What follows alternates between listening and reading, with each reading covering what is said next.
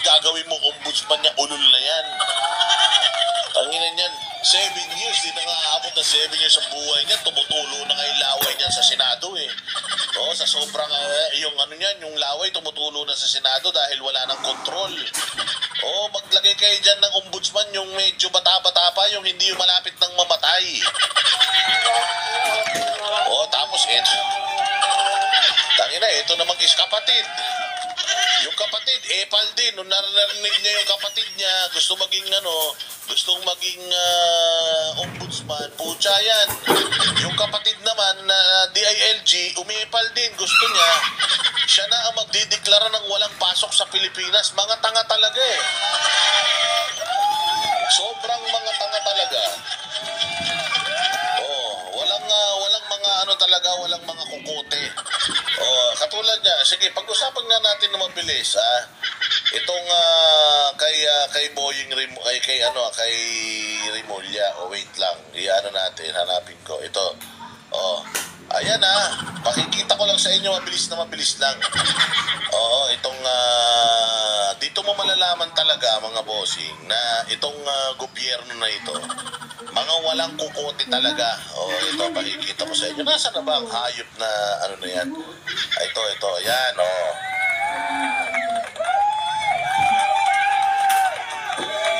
nakalagay sa balita na ito, Rimulya gusto ng kapangyarihan sa class suspension. Putang nang yung kapangyarihan. Magre-request ka lang ng kapangyarihan, yung wala pang kwenta. So gusto niya siya na magdideklara ng walang pasok sa buong Metro Manila, buong Pilipinas. Wala na ba kayong ginagawa? Wala namang problema mga LGU natin, wala bang problema sa kapulisan, wala bang problema sa peace and order. At pati itong suspension ng klase, gusto niyo pa. Tingnan mo, dito talaga sila. Walang masasabi mo, walang pinagkatandaan at mga walang laman ng utak nitong mga kupal na ito.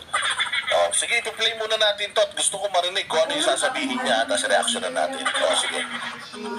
Sige yan. Tingnan natin paano ba niyang pag-ipiniliwanag yan? Paano ba niya sususpindihin ang klase? Sige nga, Secretary, John Dick. Talagang sisilhapi ko lahat ng mapa kung ano yung parating. At ay pwede natin announce kasi. Nakikita na natin ako naman. Pwede daw. Gusto daw niya i-announce mas maaga yung walang pasok Wala pa, puro katamaran ang iniisip ng mga kupal na ito. Wala daw pasok, gusto niya. Ayaw daw niyang maabala yung mga magulang, ayaw daw niyang maabala yung mga bata, nasa araw mismo ng ulan, minsan, syempre may pang-umaga, may pang-hapon. Gusto niya, before pang mag-umaga, para, kasi iba nakakapasok na sa school, biglang nag-suspinde, di ba? Ngayon, uuwi yan, mababasahin, magkakasakit pa yan. So, yun sinasabi niya, na siya daw ay gusto niya, before pang umulan, mag-suspindi na siya.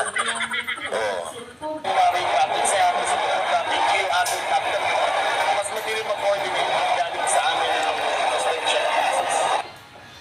Yun, sabi niya. Parang sumikat na dahil nagkaroon ako hashtag walang pasok.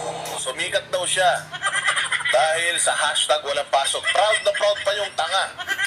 Sumikat siya dahil sa pagsususpindi ng klase. Ganyang kaulol yan, ano pa? Alas 5 ng hapon, bago bumagyo, nagde-declare na ako ng walang pasok. Anong magandang nagawa mo sa bayan doon? Sa pagde-declare mo ng walang pasok, bago umulan. Sige. Sa Cavite. Dito daw sa Pinaw. Kasi ako nag-a-announce ako, hapon pala, bago magbagyo. Kasi gusto ko yung magulang, hindi na nag-alaga. Gusto ko yung sigante, masaya na, at gusto ko yung mga magulang nakatipid sa tao, bago ulit para hindi na policy ng kanilang mga anak. So, tingnan mo gusto daw niya yung mga bata maging masaya. Kasi tingnan mo, walang pasok masaya, di ba tanga? Kaya na hindi mo naman dapat masayin yung mga bata dahil walang pasok. Dapat nga encourage mo silang mag-eskwela. Hindi ka ba naman engot? Palibasa, mahihiyamang kayo pinanganak, kaya kahit na pikiin niyo yung mga diploma niyo, okay lang. Kahit di kayo magsipag-aral, ayos lang. Kasi nga, mangungurakot lang naman sa taong bayan pagka naging taga-gobyerno na. Kaya yan, tingnan ninyo yung inaano nyo, yung pinopromote ninyo. Walang pasok para masaya ang mga estudyante. Putang ina, huwag nyo na pag-aralin. para mas masaya, hindi ba? Alam mo kung gaano maging kasamang ehemplo itong mga kumag na ito sa mga kabataan natin, no? Di ba? Ano para daw hindi na daw magbigay ng baon and so on and so forth. Sige. Kaya asahan nyo, sa mga darating na panahon ay hihingi ko po kakayaan na yan para hashtag walang pumasok na hanggang Quezon City. Gusto niya, wag na pumasok lahat. Ah. Hindi, ito lang. Ano, sabi ko dito sa Facebook ni Ma'am Jinky kay 3K man to. Di 5K ni Arlene. Iwan lang ko palihog. Mari lang sad ko kung naano ka ba hindi na kumakan. Kumakan ni Nini mo. Sige. Unang-una sa lahat, gusto nila walang pasok para masaya yung bata, di ba?